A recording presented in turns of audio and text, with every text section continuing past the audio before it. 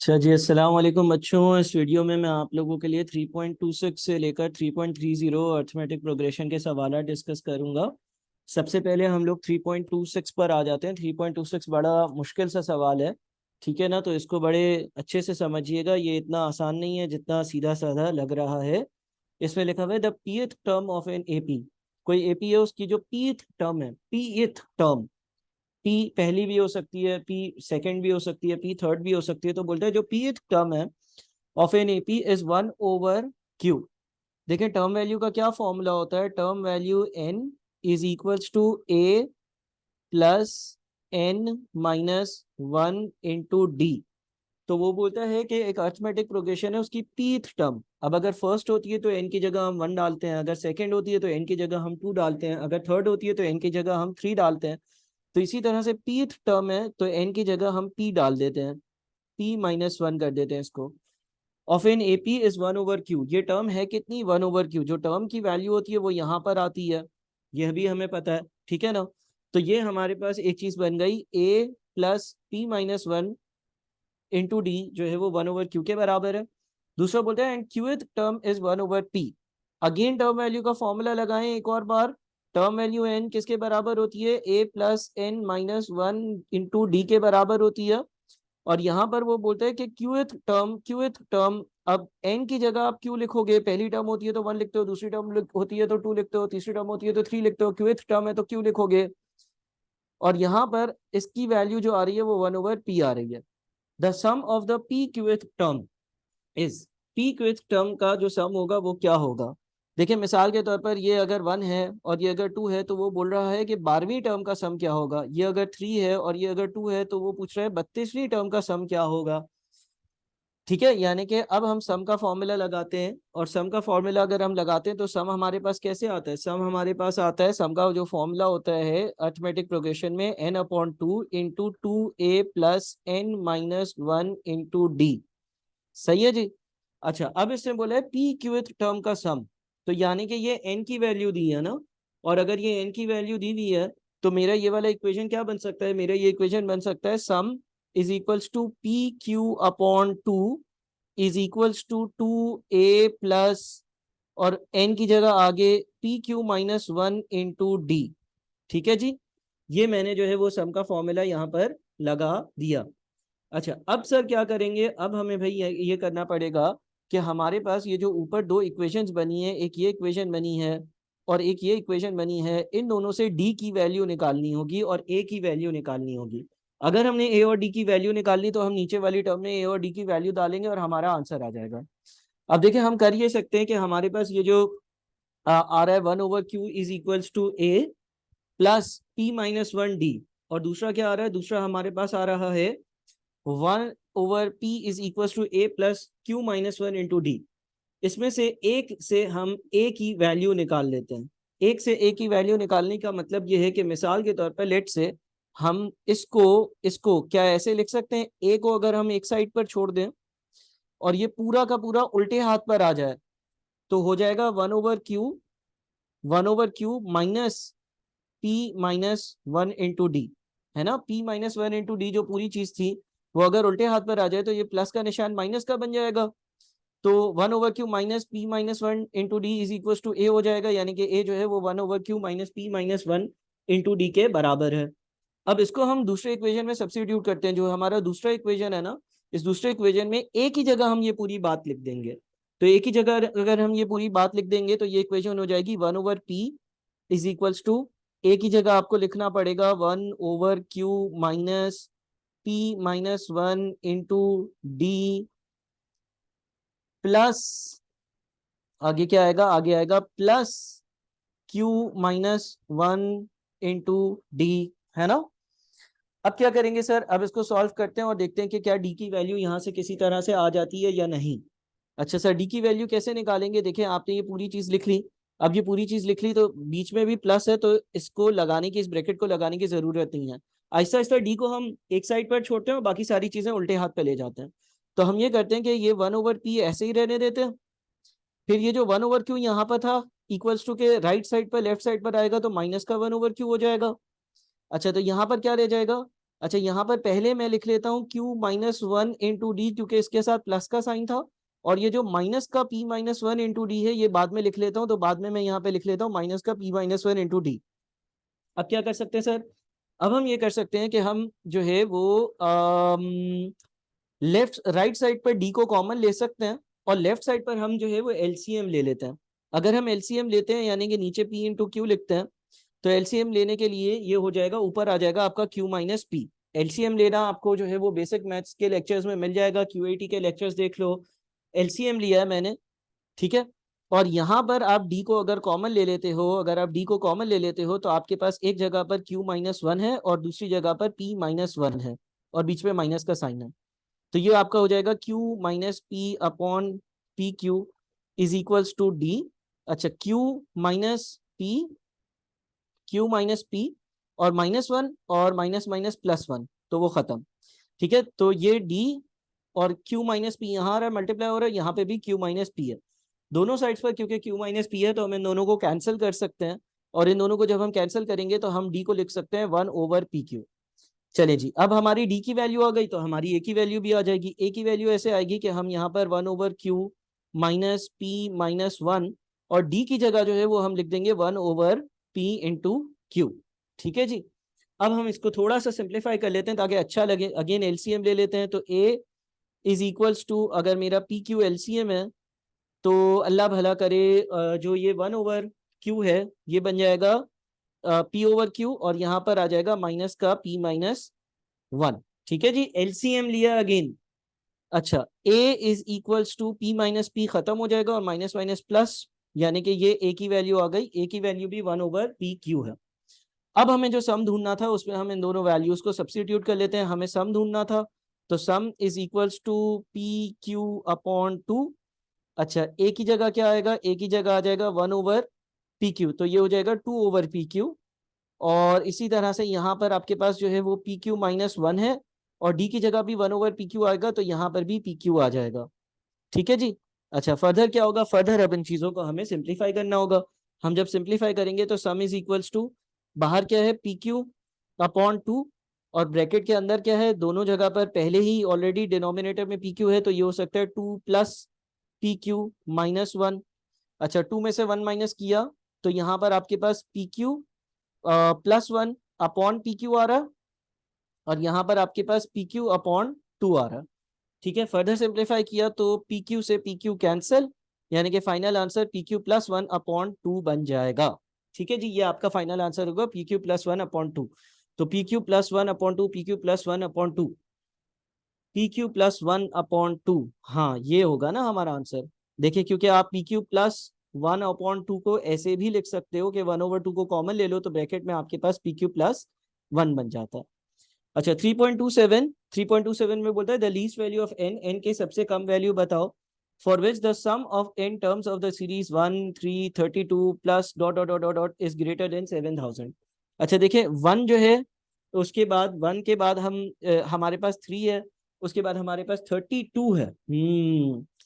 तो 32 कैसे आ गया द ली, अच्छा सही है। देखिए, ये एक करेक्शन आप कर लें, ये 32 नहीं है, ये 3 की पावर 2 है, ये 32 नहीं है, ये 3 की पावर 2 है। अगर आपकी बुक्स में करेक्टेड नहीं है तो इसको करेक्ट कर लीजिएगा। तो हमारे पास इफेक्टिवली 1 है, फिर 3 है, फिर 3 की पावर 2 है।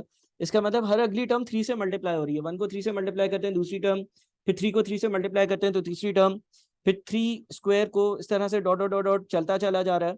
तो वो बोलते हैं कि एन की कम से कम क्या वैल्यू होगी जिसके लिए 133 स्क्वायर जो है वो 7000 या उससे ग्रेटर हो, यानी कि आपको सम निकालना है ना। और ये ज्योमेट्रिक प्रोग्रेशन आपको नजर आ रहा है, ज्योमेट्रिक प्रोग्रेशन की पहली टर्म यानी कि ए जो है वो 1 है और आर यानी कि कॉमन रेशियो 3 है, और वो बोलता है कि इसका सम जो है वो 7000 से ज्यादा हो, तो a r power n minus one upon r minus one से जो सम आए वो ग्रेटर देन 7000 हो, ठीक है। इक्वल्स टू का साइन नहीं लगेगा क्योंकि उसने ये कहा है कि 7000 से ज्यादा हो, तो जब उसने बोला 7000 से ज्यादा हो तो आप ग्रेटर देन का साइन लगाओगे। अब आप इसमें वैल्यूज को पुट इन कर लो। अगर मैं यहाँ पर इसको सॉल्व करता हूँ तो ए हमारा 1 है, आर हमारा 3 है, एन हमें ढूंढना है -1, और नीचे आ रहा है हमारा 3 minus one is greater than 7000। अच्छा, 3 माइनस वन डिनोमिनेटर का 2 हो जाएगा, 2 सीधे हाथ पर जाकर मल्टीप्लाई होगा तो 7000 इंटू 2 14,000 हो जाएगा, और यहाँ पर आपके पास 3 की पावर n माइनस वन आ रहा होगा। फिर ये 3 पावर n और इज ग्रेटर देन, ये -1 सीधे हाथ पर जाएगा तो +1 हो जाएगा, तो 14,001 हो जाएगा। अच्छा, फिर इसको सॉल्व करने के मुख्तलिफ तरीके होते हैं। एक तरीका लॉग्स की प्रॉपर्टी अप्लाई करना होता है। अगर आपको लॉग्स नहीं आता तो मेरे चैनल पर आप सिर्फ लिखें लॉग प्रॉपर्टीज, तो आपकी एक वीडियो मिलेगी जिसमें लॉग की प्रॉपर्टीज होंगी। आपने दोनों साइड्स पर लॉग लगाया तो ये हो गया log 3 power n is equals to log of 14,001। अच्छा, फिर log की प्रॉपर्टीज के हिसाब से इसको n multiplied by log of 3 is greater then log of 14,001 लिख सकते हैं। उसके बाद n is greater then log of 14,001 divided by log of 3 लिख सकते हैं। याद रहे कि कैलकुलेटर पर आप पूरा एक साथ सॉल्व करिएगा, यानी कि log 14,001 लिख दें, इक्वल्स टू दबाएं, आंसर आ जाएगा। उसको फिर कैलकुलेटर पर ही वैल्यू को रहने दें और उसको डिवाइड करें log ऑफ 3 से, अदरवाइज log में राउंडिंग ऑफ के बहुत मसले होते हैं। तो ये आ रहा है n greater than 8.7, n greater than 8.7 आ रहा है। तो क्योंकि उसने ये कहा हुआ है कि n की वैल्यू 8.7 से ज्यादा होगी तो हम 9 सेलेक्ट करेंगे। सर 9 क्यों सेलेक्ट करोगे? देखो n होता है नंबर ऑफ टर्म्स, तो क्योंकि नंबर ऑफ टर्म्स होता है n, और यहाँ पे लिखा हुआ है कि n की वैल्यू 8.7 से ज्यादा होगी, और टर्म्स जो है वो डेसिमल में नहीं हो सकती है, कंटिन्यूस वेरिएबल नहीं है, डिस्क्रीट है, तो हम 9 कहेंगे। तो इसका आंसर 9 होगा। इसका मतलब ये हो गया कि आपको जरा थोड़ी सी चीजें प्रूव भी कर देता हूँ। देखें, अगर आपका a1 हो, अगर आपका r जो है वो 3 हो, और अगर आपका n 8 हो, और दूसरी जगह पर a आपका 1 हो और r आपका 3 हो और n 9 हो, तो पहले वाले केस में जो सम आएगा वो 7,000 से कम आएगा, दूसरे वाले केस में 7,000 से ज्यादा सम आएगा। आप सम का फॉर्मूला अप्लाई कर लें। मैं करता हूँ। फॉर्मूला आपको पता है ना, a multiplied by r power n -1 upon r -1। तो मैं करता हूँ 3 की पावर 8, 3 की पावर 8 में से 1 माइनस किया, उसको मल्टीप्लाई किया 1 से और डिवाइड किया 2 से। पहले केस में सम आ रहा है 3280। दूसरे केस में मैंने 3 की पावर 9 किया, उसमें से 1 माइनस किया, उसको 1 से मल्टीप्लाई किया और उसको 3 - 1 यानी कि 2 से डिवाइड किया, तो यहाँ पर 9841 आ रहा है। तो आप देखें कि यहाँ पर सम जो है वो 7,000 से ज्यादा है, यानी कि n की मिनिमम वैल्यू, लीस्ट वैल्यू 9 होगी। 10 होती तो भी सम 7,000 से ज्यादा होता है, 11 होती तो भी सम 7,000 से ज्यादा होता है। इसीलिए इसने लिखा कि n की कम से कम वो वैल्यू बताओ जिसमें सम जो है वो 7,000 या उससे ज्यादा हो।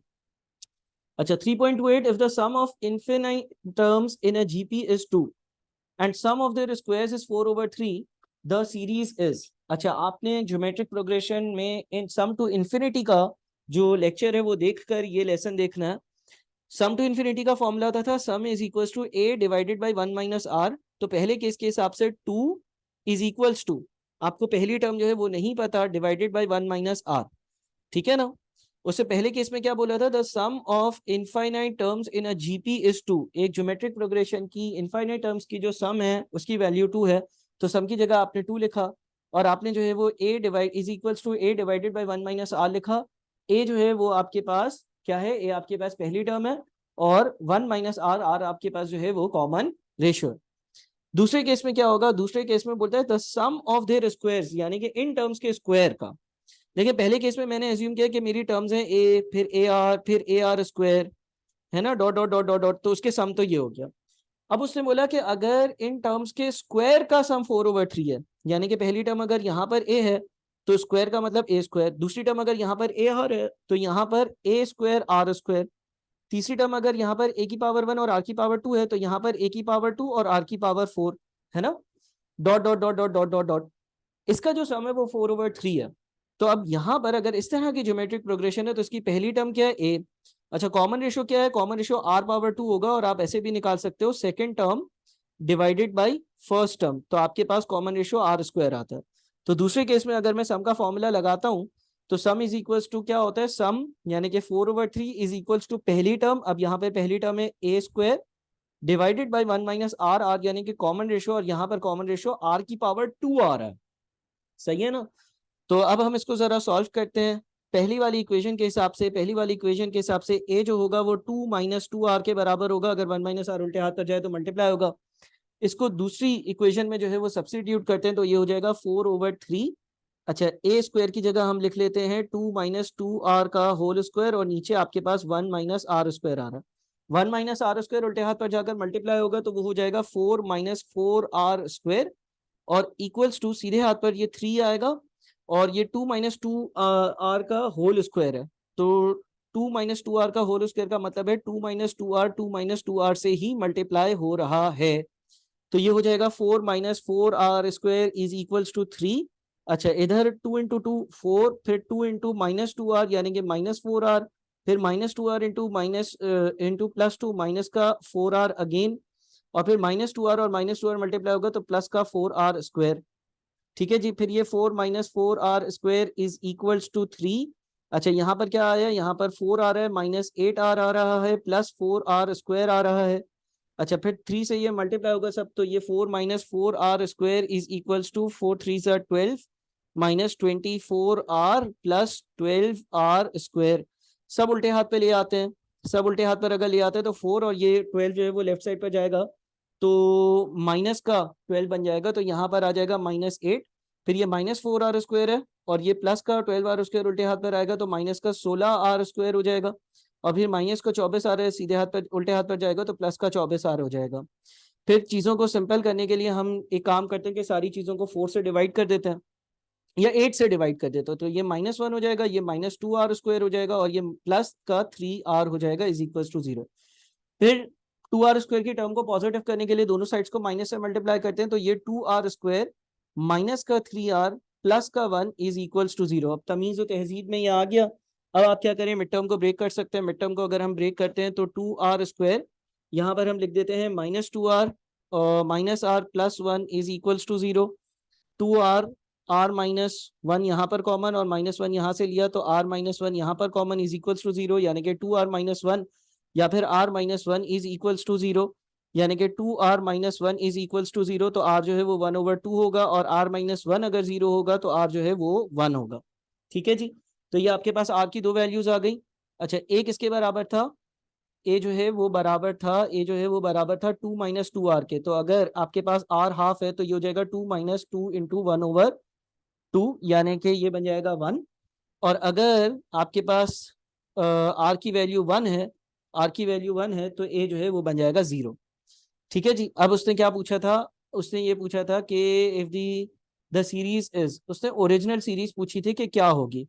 देखिए, अगर अगर a जो है वो 1 है और r जो है वो 1/2 है, तो आपके पास ar² इस तरह से सीरीज बनती है। तो पहली टर्म आपकी 1 हो गई, दूसरी टर्म आपकी 1 इंटू हाफ यानी कि हाफ हो गई, तीसरी term 1 into half into half, half into half का मतलब हो गया 1/4 या 0.25, तो 1/4 हो गई, dot dot dot dot dot. ठीक है जी, तो आपका जो आंसर है 1 1/2 1/4 1 1/2 1/4, यानी कि 3.28 का आंसर ये होगा। आप इसको प्रूव भी कर सकते हो, ऊपर वाली कंडीशंस पूरी हो रही होंगी। 3.29 the infinite GP with the first term 1/4 and sum 1/3। तो सम का फॉर्मूला क्या होता है इन्फिनिट जीपी में, sum is equals to a divided by 1 minus r। तो आप इसको लिखोगे 1/3 is equals to a the first term, अच्छा फर्स्ट टर्म 1/4 दी हुई है, 1/4 डिवाइडेड बाई 1 माइनस r। और इसको आप सॉल्व करके पहले तो r की वैल्यू निकाल लो। आप एक काम करो, इसको लिखो 1 minus r is equals to 1/4 divided by 1/3, क्योंकि 1/3 पूरा का पूरा अगर लेफ्ट साइड से राइट साइड पर आएगा तो डिवाइड में चला जाएगा, 1 माइनस r पूरा का पूरा राइट से लेफ्ट साइड पर जाएगा तो मल्टीप्लाई में चला जाएगा। कैलकुलेटर पर आप 1/4 करो और उस 1/4 को 1/3 से डिवाइड करो, तो आपके पास जो कैलकुलेटर पर आंसर आएगा वो 3/4 आएगा, यानी कि ये बन जाएगा 1 minus r is equals to 3/4। तो माइनस r बन जाएगा 3/4 -1, यानी कि माइनस के 1/4 के बराबर, और r जो है वो बन जाएगा 1/4। अगर दोनों साइड्स को माइनस से मल्टीप्लाई किया, माइनस इंटू माइनस प्लस बन जाता है। अब इसका मतलब ये हो गया कि मेरी जो पहली टर्म है वो तो 1/4 है, सही है, r जो है वो भी 1/4 है, तो दूसरी टर्म क्या होती है 1/4, यानी कि a into r, a into r से दूसरी टर्म हमारी आ रही है 0.0625, तो वो 1/16 बनती है, तो हमारा आंसर a हो जाएगा। ठीक है, 3.30 पर आते हैं। The numbers x 8 y are in GP and the numbers x y minus 8 are in AP. The values of x and y are। अच्छा जी, अगर ये तीनों टर्म्स जीपी में हैं तो second term divided by first term का answer उतना ही आएगा जितना third term divided by second term का आंसर आएगा। ये एक इक्वेशन बन गई। अगर ये तीनों टर्म्स अरिथमेटिक प्रोग्रेशन में है तो second term minus first term का आंसर उतना ही आएगा जितना कि third term minus second term का आंसर आएगा। तो ये अरिथमेटिक प्रोग्रेशन हो गई। आपके पास दो इक्वेशंस बन गए, इन दोनों इक्वेशंस को आपने साइमल्टेनियसली सॉल्व करना है। फॉर एग्जांपल, पहले वाले इक्वेशन को हम 8 into 8 64 is equals to x y लिख सकते हैं। अच्छा, दूसरे वाले इक्वेशन में आपके पास ये जो इक्वेशन है, आप एक काम करें कि y को लेफ्ट साइड पे रहने दें अगर, या हम एक काम करते हैं कि क्या करें, एक्स को लेफ्ट साइड पे लेने दें, क्या करें, हमें अगर इसको सॉल्व करना है तो लेट से अगर हम y को लेफ्ट साइड पे रहने देते हैं तो ये 2y हो जाएगा, सारे y लेफ्ट पे ले आया तो ये माइनस का y भी लेफ्ट साइड पे गया तो प्लस 5 प्लस प्लस 2 हो गया। अच्छा यहाँ पर x माइनस का सीधे हाथ पर आया तो x -8 हो गया। और आप ये कह सकते हो कि अल्लाह भला करे, अल्लाह भला करे, आप एक काम करो ना, -8 को वापस उल्टे हाथ पे ले आओ तो 2y + 8 is equals to x बन गया, बन गया। अब इसको आप ऊपर वाले इक्वेशन में सब्स्टिट्यूट करें तो 64 इज इक्वल्स टू, आपने x की जगह लिख दिया 2y + 8 और आगे आपके पास y आ रहा है। अच्छा जी, अब ये बन गया 64 is equals to 2y² + 8y। Simplify करने के लिए दोनों साइड्स को 2 से डिवाइड किया तो 32 is equals to y² + 4y। ठीक है, उसके बाद आप इसको यूं लिख सकते हो y² + 4y - 32 is equals to 0।